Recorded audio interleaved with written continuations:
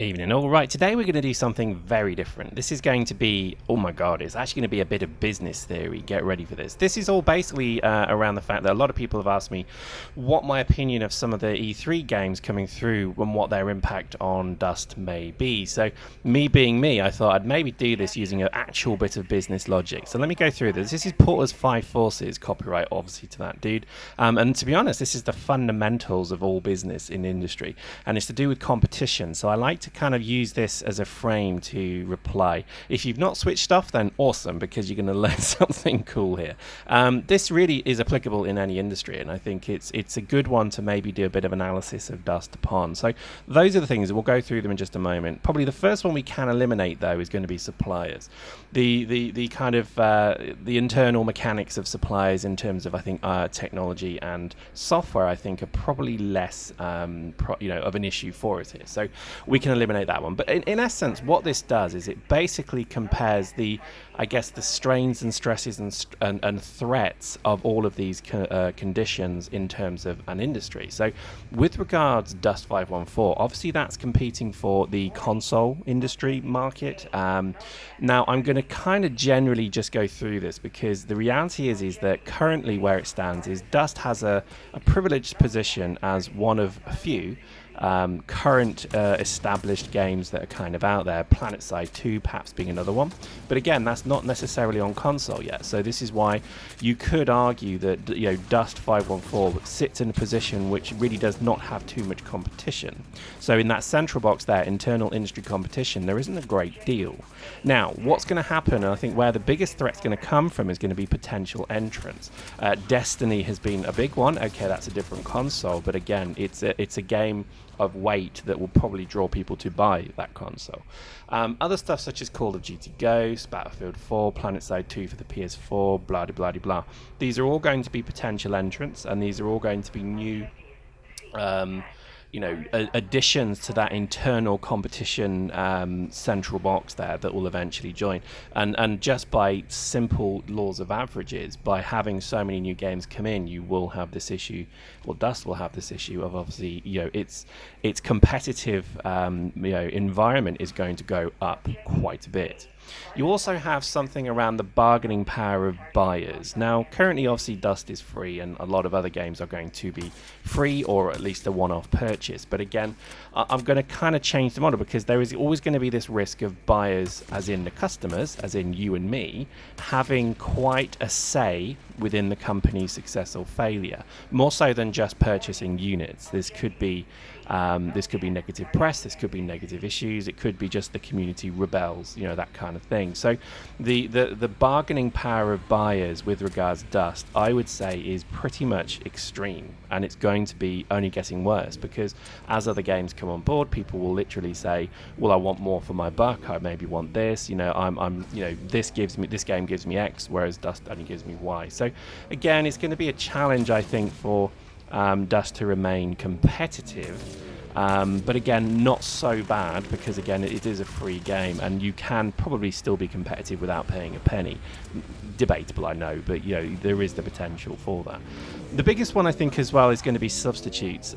This really is just other stuff that's out there that people would rather go and do than play Dust. So this could be any game of any kind, it could be any hobby of any kind. And again, I think when you look at the substitute products and services, I think really a lot of the threat here around for CCP perhaps is going to be people maybe not really seeing the value of the EVE Link, people not really seeing maybe the benefit of cross-console platforms as well. So the substitutes here could still be EVE, ironically.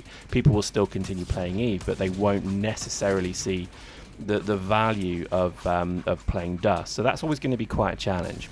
In a very kind of roundabout way, that model summarizes, I think, that Dust and CCP have quite a challenge ahead of them. But again, as it stands currently, they still have quite an advantage, if you like, over others, because they've been first to market. In general, I don't mean totally, but they are an established product out there. A lot of people with consoles haven't played PlanetSide 2 yet.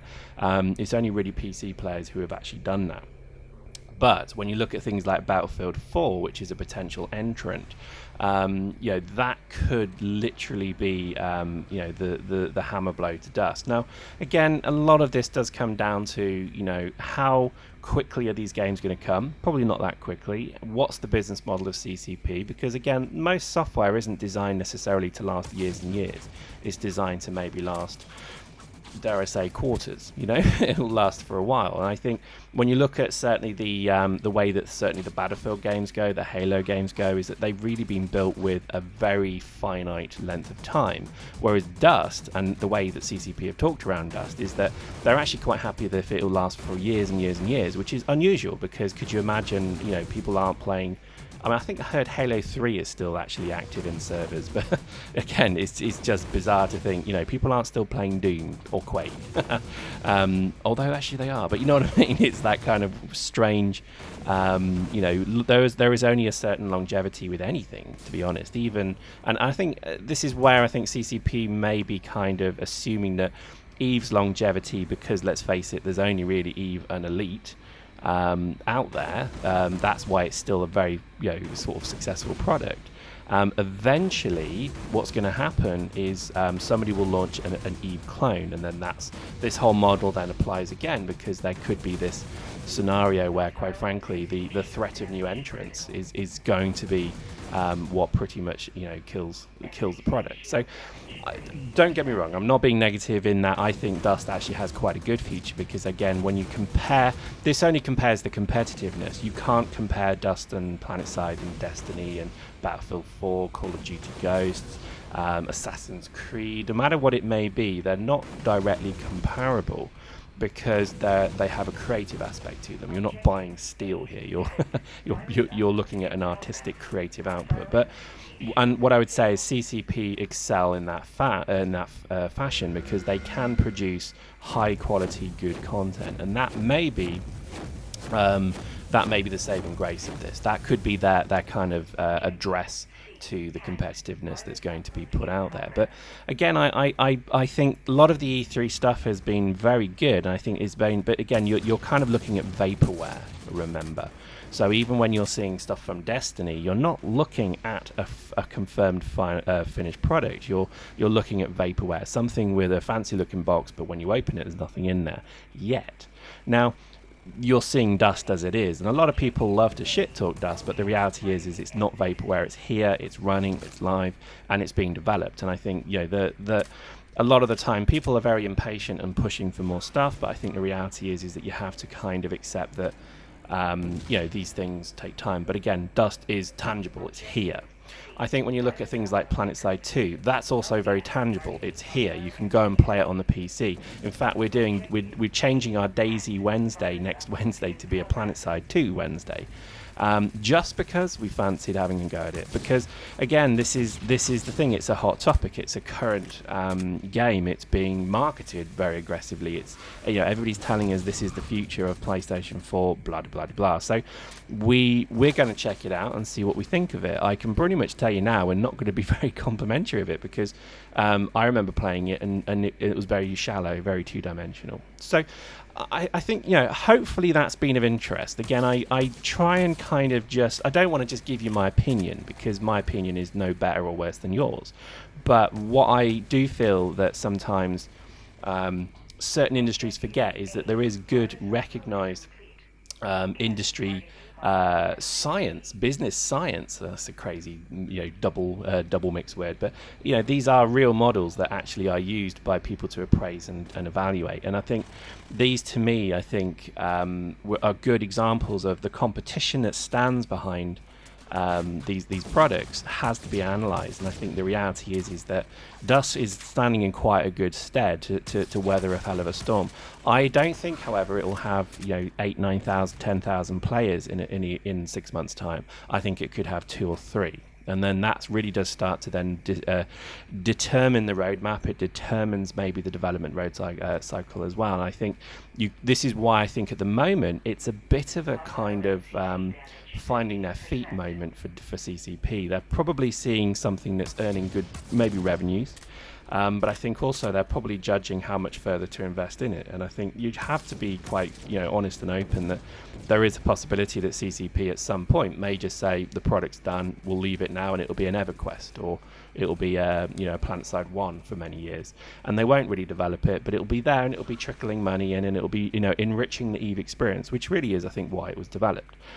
So I think, when you compare it to, for example, Destiny or PlanetSide 2 or, Battlefield 4, they're not directly comparable. I think also you do have this kind of challenge where I think the reality is that they're being built with different agendas in mind. So, I don't think CCP are ever expecting themselves to become the new DICE, but I think they are expecting to perhaps produce a revenue-earning product that has a very hardcore group of players who, no matter what you do, no matter what you change, no matter what you include, they will just lap it up and love it. And I think that's fine. That's almost your ideal market. But I suspect that what's going to happen is a lot of players will be casual gamers with this. When the new game comes along, the new fit of the month or the new product of the month, chances are they're just going to literally walk away from Dust and never come back. Again, that's planned. That's every gaming company surely understands that. In business, you understand that you're going to have transient customers who will probably buy it once and never come back. But again, you want to try and either seduce them, or you just want to try and maximize them as they come through the pipeline. So I think it's a fascinating kind of topic, and I think when you look at a lot of the CCP effort they put into Dust, and I think when you look at certainly the industry out there, I wouldn't feel too nervous if I was CCP. However, I would perhaps be looking at maybe the marketing. I would perhaps be looking at really what they want to achieve. But again, they already know this. They already know exactly their roadmap. They know how much money they've got for their investors that they've earmarked to make. They already know really pretty much what their goals are. They'll never tell us them, because at the end of the day, that those goals change. But I think the reality is that eventually CCP will probably pull the plug or move to another product, and it could be Dust 2.0. But again, that's not a bad thing. I think it's all part of a kind of cyclic program anyway. I don't think you can ever think that Dust would be the same as EVE in the way that it's developed. So there we go, bit of theory there.